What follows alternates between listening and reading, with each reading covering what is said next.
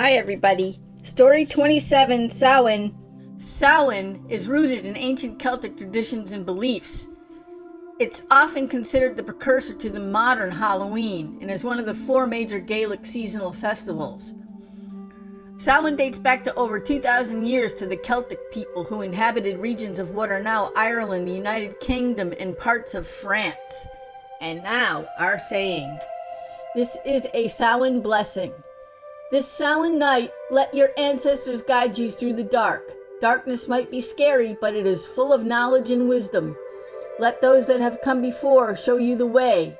As they take you through it, they will protect you from harm, bringing you back into the light once lessons are learned. Celebrate and be merry, for it may be dark now, but the light will return to us once more. And that's our first saying. Ciao! Samhain, pronounced Samhain, is rooted in ancient Celtic traditions and beliefs. Samhain is often considered the precursor to the modern Halloween and is one of the four major Gaelic seasonal festivals, alongside Imbolc, Beltane, and Lugosad. Here's a brief history of Samhain.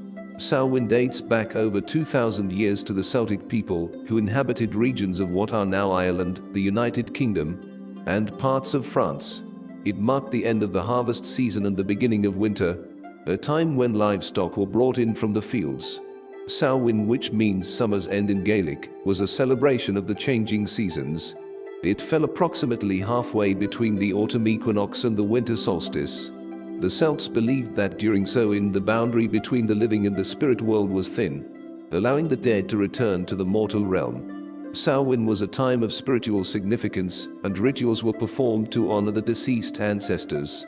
Bonfires were lit to ward off evil spirits and to aid the souls of the departed in their journey. People also left out food and offerings for the spirits. The Celts believed that wearing costumes or masks would help them blend in with the spirits and avoid any potential harm. This practice of dressing up as various creatures or spirits eventually evolved into the modern tradition of Halloween costumes. In the 7th century, the Catholic Church attempted to Christianize the pagan traditions of Samhain by designating November 1st as All Saints' Day or All Hallows' Day, a day to honor all saints. October 31st, the eve of All Saints' Day, became known as All Hallows' Eve, which later morphed into Halloween. Over time, Samhain and its customs evolved as it merged with other cultures and traditions. The celebration of Samhain transformed into Halloween, with elements of Celtic, Roman, and Christian influences blending together. Trick-or-treating, carved pumpkins, originally turnips, and spooky decorations became integral parts of the holiday. Today, Samhain and Halloween continue to be celebrated around the world. While Halloween has largely lost its religious and spiritual significance, it remains a time for fun, costume parties, haunted houses, and the enjoyment of all things eerie and spooky.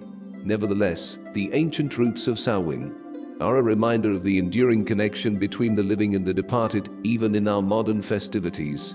Once upon a time, in a small village nestled deep within the rolling hills of Ireland, there lived a young steampunk rat named Frodo. Frodo was known throughout the village for his fiery attitude and his insatiable curiosity. Okay, everybody, this is the end of Story 27, Samhain.